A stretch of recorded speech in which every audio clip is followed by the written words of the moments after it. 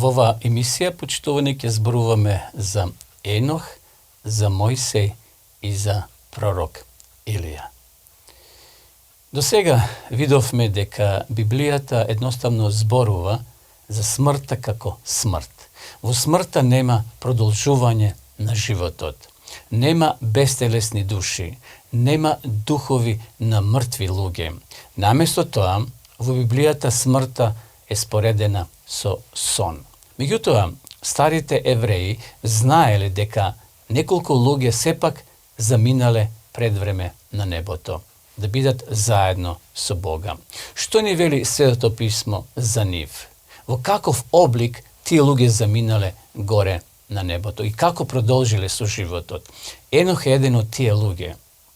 Тој имал близок однос со Бога и затоа Бог одлучил да го земе кај себе, пред да ја вкуси смртта. Читаме: и Енох, живејќи според волјата Божја, исчезна, бидејќи Бог го зеде. Евреите 11 глава 5 стих, 1 Мојсеева 5 глава 24 стих.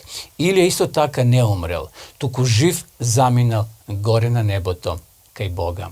Како што одеа и си разговараа по патот, наеднаш се појави огнена кола и огнени коњи и ги раздвоија еден од друг. Илија се понесе во виорот кон небото. Втора книга до царевите, 2 глава 11 стих. Значи, овие двајца не умреле, туку живи заминале на небото. Тие се јасни изузетоци од правилата. Сите ние останатите умираме и после тоа чекаме воскресение. Барем повеќето од нас секако. Постојат и неколку кои починале и доживеале привремено воскресение. И тие исто така се горе на небото. Почитувани, најважната личност во Библијата која веќе починала, а се наоѓа на небото, е Мојсей. Тој се појавил заедно со Исуса на гората на преобразување, поред Илија. Тоа го пише во Мати 17 глава, исто така и во Лука, и во другите книги, кај што пишува дека Мојсей сосема јасно дека умрел и дека бил во гробот. Еве да го читаме текстот.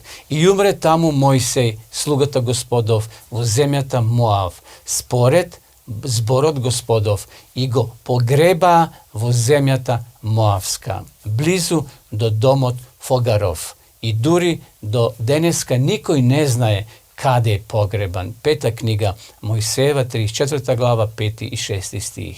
Како можел Мојсей да се појави на земјата после 1500 години од својата смрт, ако не постојат тие бестелесни духови? Може би некој ќе праша од вас, почитувани гледачи. Одговорот е многу јасен. Тој не се појавил како бестелесен дух на гората на преобразување. Тој се појавил во тело.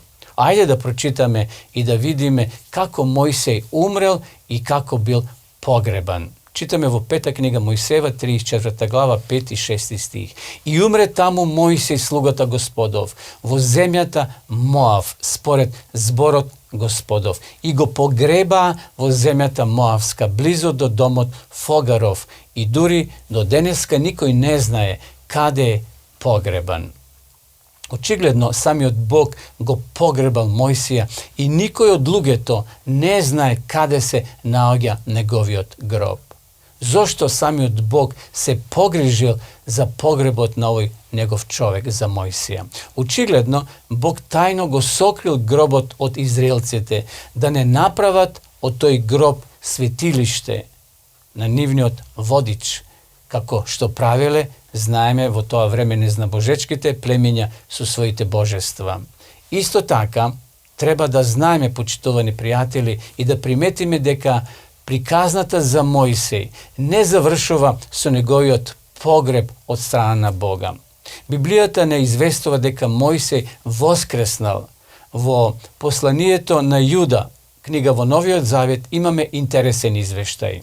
Архангелот Михаел, кога се препираше со ѓаволот за Мојсеевото тело, не се осмели да изрече хулна пресуда, туку рече: Господ да ти забрани. Јуда 9 стих во првата глава. Се поставува легитимно прашање зошто би се ѓаволот карал едноставно за телото на Мојсей со архангелот Михаело. Ако едноставно Мојсей бил мртов, требало да биде, односно овој паднат ангел, да бил задоволен сатаната, бидејќи ете уште еден грешник ја доживел праведната судбина. Меѓутоа, самиот Луцифер бил тргнат од небото и осуден на пропаст поради својата побуна. Па според тоа, драги пријатели, секој грешник заслужува иста судбина. Случајот значи е заклучен, освен секако ако Мојсей не останал во гробот. Во тој случај би се очекувало ѓаволот да негодува затоа што Бог преминува преку гревот на Мојсей. Знаеме Мојсей како грев направил. Меѓутоа, легитимни, тоа се примедби од сите нас. Примедбата на Луцифер би била легитимна да немало замена која Исус ја направил на крстот за луѓето. Тој умрел за нас, кога се уште сме биле грешници, вели апостол Павле во Римјаните 5 глава 8 стих.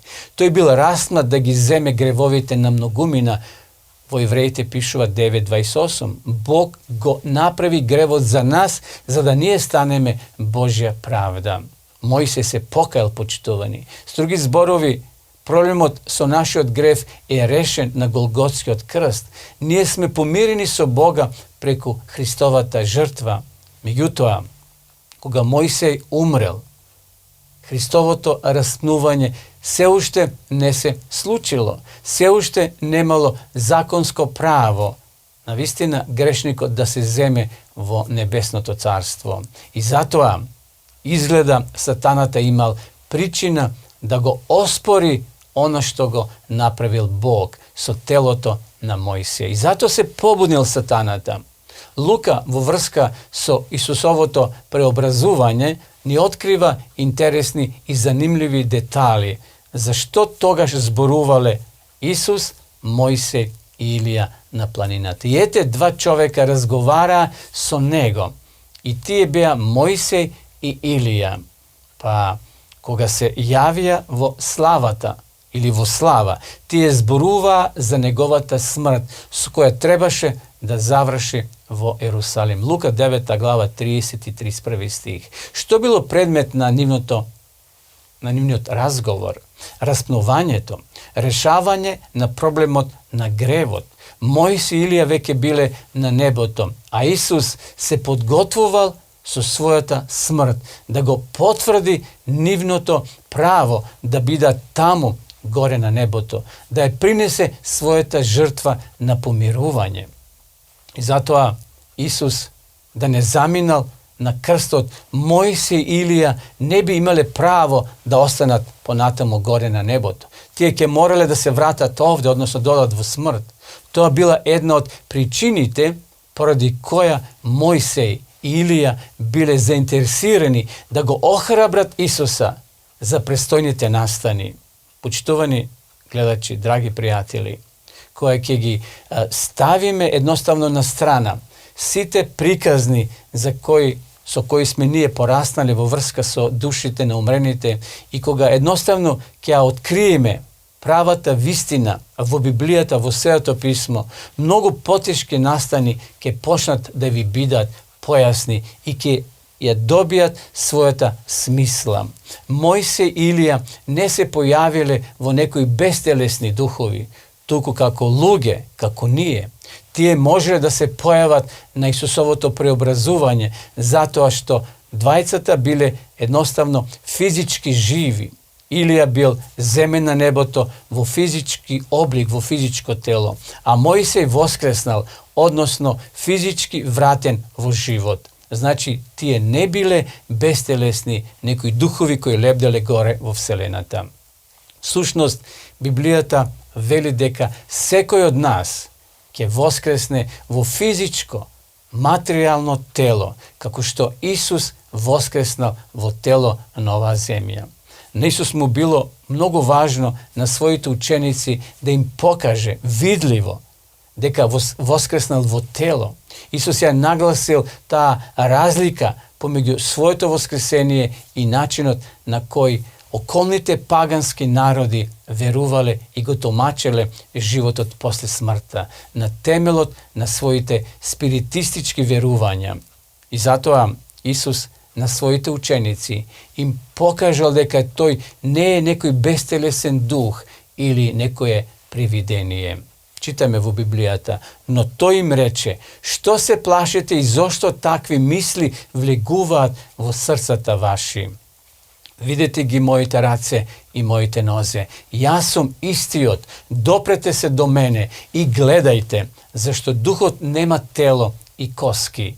А како што гледате, јас имам. Лука 24 глава 38 и 39 стих. Исус бил вистински за да им покаже, тој зела риба и леп, односно мед да јаде. Но додека тие од радост уште не поверувале и се чуделе, тој им рече: имате ли овде нешто за јадење? Тие му дадоа парче риба и печена риба и мед со саке. Лука 24 глава. Кои ќе воскресат мртвите, почитувани, ќе имат вистински, физички тела, како Исус што имал.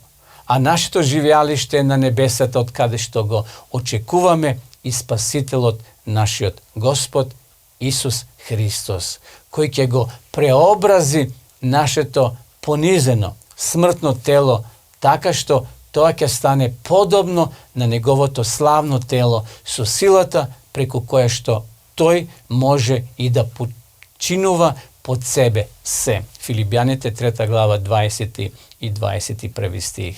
Значи, почитувани пријатели, нема бестелесни духови. Всушност, Исусовото преобразување ни помага денеска да го разбереме самиот чин на воскресение. Илија, Мојсей биле представници наши со Исуса на преобразувањето. Мојсей ги представува сите умрени со вера во Господа, кои ќе воскреснат. А Илија, сите живи кои нема да вкусат смрт и ќе бидат преобразени и земени секако на небото во часот на второто Христово доаѓање. Енох, Мојсей и Илија се на небото, но дали ќе бидеме и ние еден ден? Одлуката е твоја и моја. Својот живот и своето верување треба да го усогласиме со науката на Светото писмо на Библијата. Почитувани, продолжуваме со нови сознанија во наредната емисија, а до тогаш довидување.